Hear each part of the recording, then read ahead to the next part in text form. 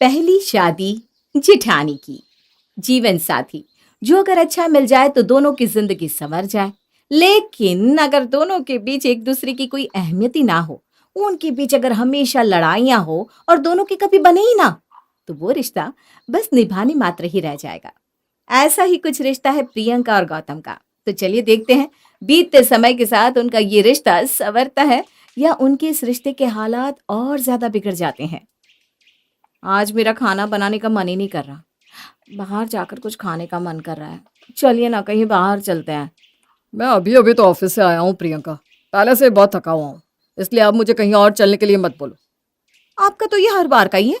शादी को 5 साल होने वाले हैं, लेकिन मजाले आज तक आप मुझे कहीं भी बाहर लेकर गए हो।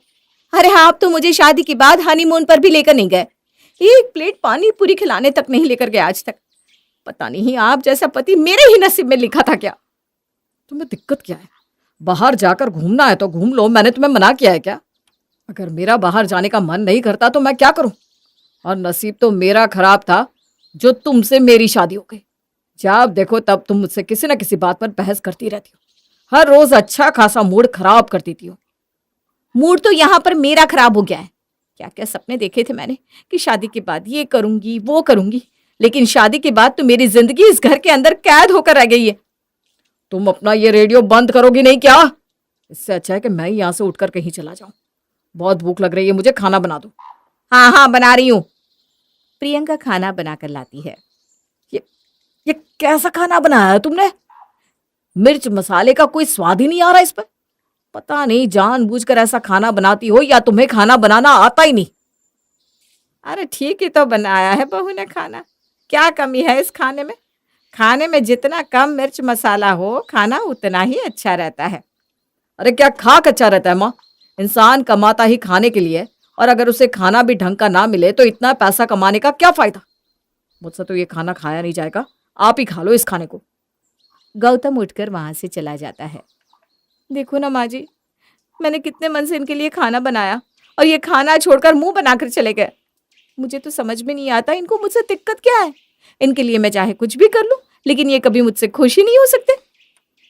अरे तू ऐसा क्यों सोचती है बहू? ऐसा कुछ भी नहीं है। नहीं माँ जी, ऐसा ही है। हमारी शादी को 5 साल होने को आए, लेकिन मजाल है आज तक कभी इन्होंने मुझसे प्यार से बात की हो। जब देखो तब बस गुस्से में ही रहते हैं।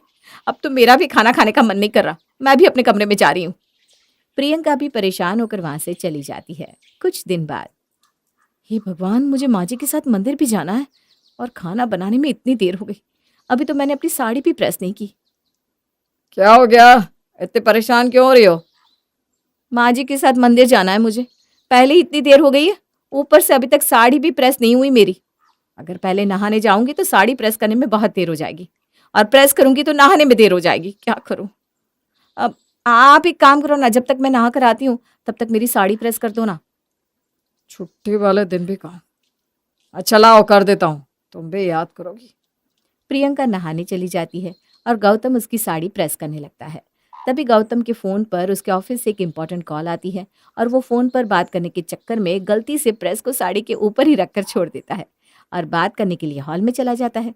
थोड़ी देर बाद प्रियंका नहा कर आती है। हे भगवान, ये इतनी गंदी जलने की बदबू कहाँ से आ रही है? मेरी साड़ी!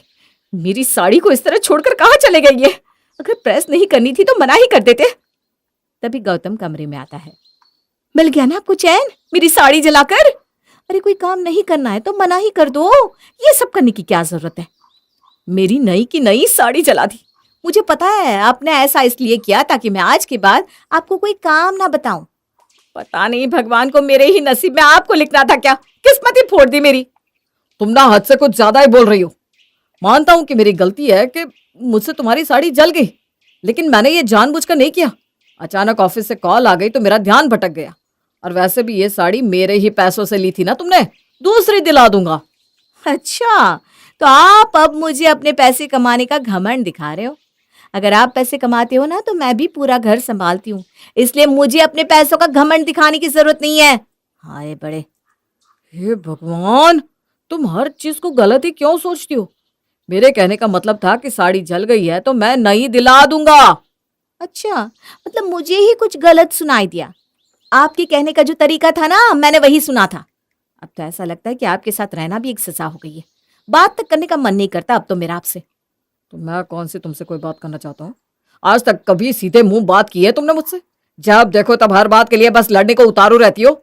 बस निभा रहा हूं इस शादी को, ताकि माँ को हमारी लड़ाइयों के बारे में कुछ पता ना चले, वरना। वरना क्या? हाँ, वरना क्या?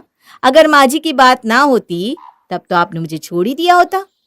हाँ, तो अब मुझे समझ में आया कि सिर्फ उनको दिखाने के लिए ही ये रिश्ता निभाया जा रहा है, वरना मेरी तो आपकी नजरों में कोई कदर ही नहीं है। इससे तो अच्छा होता कि मैं आपसे शादी ही ना करती, कम से कम जिंदगी में थोड़ी सुखी तो रहती। दोनों की लड़ाइयाँ इतनी बढ़ जाती है कि दोनों एक दूसरे को गुस्से में बड़ी बड़ी बातें बोल देते हैं। दोनों का रिश्ता सुधरने की बजाय और ज्यादा खराब हो जाता है। कम से कम पहले दोनों एक दूसरे से बात तो करते थे, लेकिन अब तो दोनों ने एक दूसरे से बात करना तक बंद कर दिया। सुबह सुबह किचन में मैंने तो निभा दी अपनी जिम्मेदारी, कर दिया इनका लंच पैक, रख देती हूँ डाइनिंग टेबल पर, ले जाएंगे अपने आप। प्रियंका गौतम के लंच बॉक्स को डाइनिंग टेबल पर रख देती है। मैं कब से टिफिन का इंतजार कर रहा हूँ, और इसने टिफिन मुझे देने के बजाय डाइनिंग टेबल पर रखा हुआ है। एक टिफिन तक देने नहीं आ सकती मेरे पास। गौतम टिफिन लेकर वहां से चला जाता है लंच के समय। कितनी बार बोला है इसे कि थोड़ा ढंग का खाना बना दिया करो, जिससे ठीक से खा तो पाऊं। ऐसा खाना बनाती है जैसे किसी बीमार इंसान के लिए बनाया हो। छोड़ो, इससे तो कुछ कहने का भी कोई फायदा नहीं। आज तक मेरी कोई बात सुनी है जो अब सुनेगी?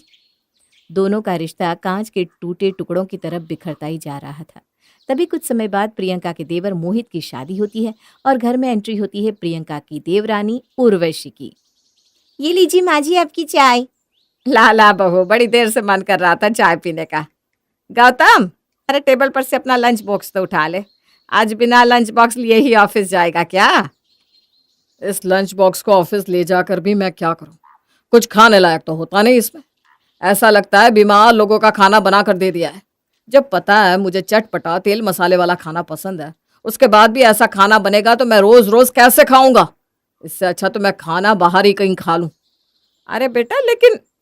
उर्वशी गौतम की बातें सुनकर प्रियंका के पास किचन में जाती है। दीदी आप बुरा ना मानो तो आपसे एक बात पूछूं? हाँ पूछू उर्वशी, और मैं तुम्हारी किसी बात का बुरा क्यों मानूंगी? दीदी आज ना भैया लंच बॉक्स लेकर नहीं गए। वो कह रहे थे कि उनको तेल मसाले वाला खाना पसंद है, लेकिन आप तेल मसाले वाला खाना बनाती नहीं। जब भैया को वैसा खाना पसंद है तो आप उनके लिए वैसा खाना क्यों नहीं बनाती? ऐसे तो वो खाना नहीं खाएंगे ना। मैं जानती हूँ उर्वशी कि उनको चटपटा तेल वाला खाना पसंद है, लेकिन तुम्हें पता भी है उनका ब्लड प्रेशर कितना हाई रहता है। डॉक्टर ने साफ साफ कहा हुआ है कि जितना हो सके इनको कम तेल मसाले का खाना दो। दिन पर दिन सेहत ना बगड़े इसलिए मैं ऐसा खाना बनाती हूँ, वरना मुझे उनके स्वाद से क्या तकलीफ हो सकती है? अगर ये बात है तो फिर भैया इतने गुस्से में ऐसा क्यों कह रहे थे? अरे उनको ना ज्यादा टेंशन ना हो इसलिए डॉक्टर ने ये सब मुझे ही बताया था कि अगर इनके खाने पीने पर कंट्रोल नहीं हुआ तो बीपी के साथ इनका कोलेस्ट्रॉल लेवल भी बहुत ज्यादा बढ़ जाएगा। ये तो वैसे ही इतनी छोटी छोटी बातों की इतनी टेंशन ले लेते हैं, इसीलिए नहीं बताया, लेकिन ये कुछ समझती नहीं। अच्छा, तो ये बात है। कुछ दिन बाद आज हमारी मैरिज एनिवर्सरी है, लेकिन देखना इन्हें याद भी नहीं होगा। हर रोज की तरह ऑफिस से आएंगे और खाना खाकर सो जाएंगे।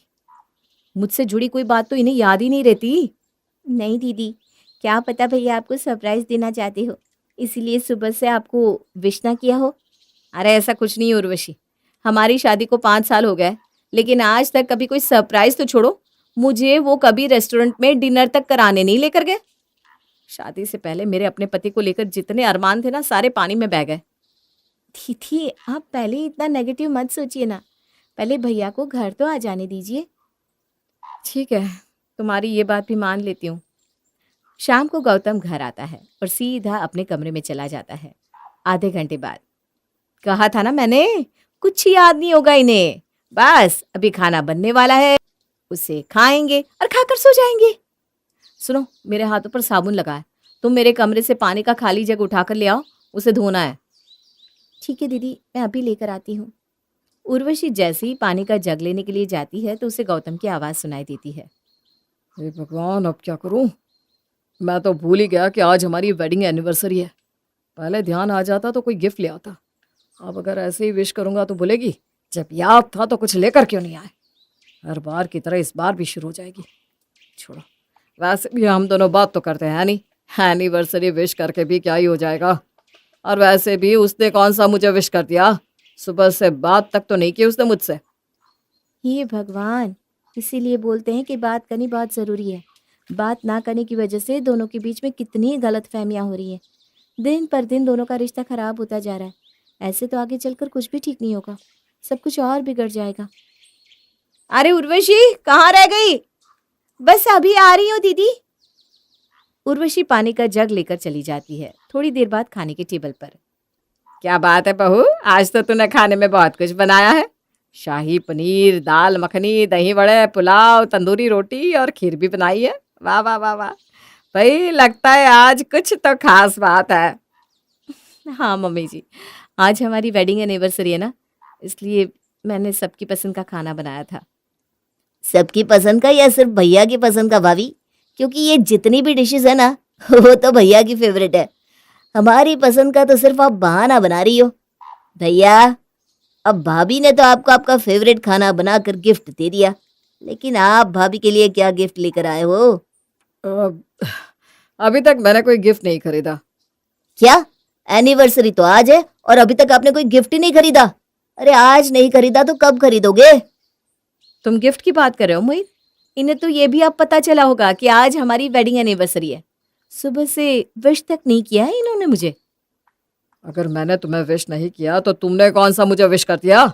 और आज भी ये सब खाना बनाने की क्या जरूरत थी। आज तो वैसा ही खाना बना देती ना जैसा हर रोज मुझे खाने के लिए देती हो। उस खाने के चक्कर में मुझे आधे से ज्यादा बार तो बाहर खाना खाना पड़ता है और कभी कभी तो भूखा ही रहना पड़ता है। सबको दिखाने के लिए आज तुमने ये खाना बना दिया कि मेरी पसंद की कितनी परवाह है तुम्हें। हे भगवान, कम से कम आज के दिन तो लड़ना बंद कर दो। इतनी खुशी का दिन है, इसको भी तुम लोग खुशी से नहीं मना सकते।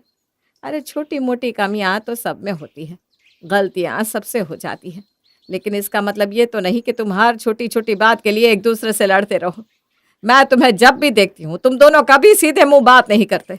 न जाने तुम्हें क्या हो गया है। छोड़ो माँ, तुम नहीं समझोगी। खाना खाने का जो मन था ना वो भी अब नहीं रहा।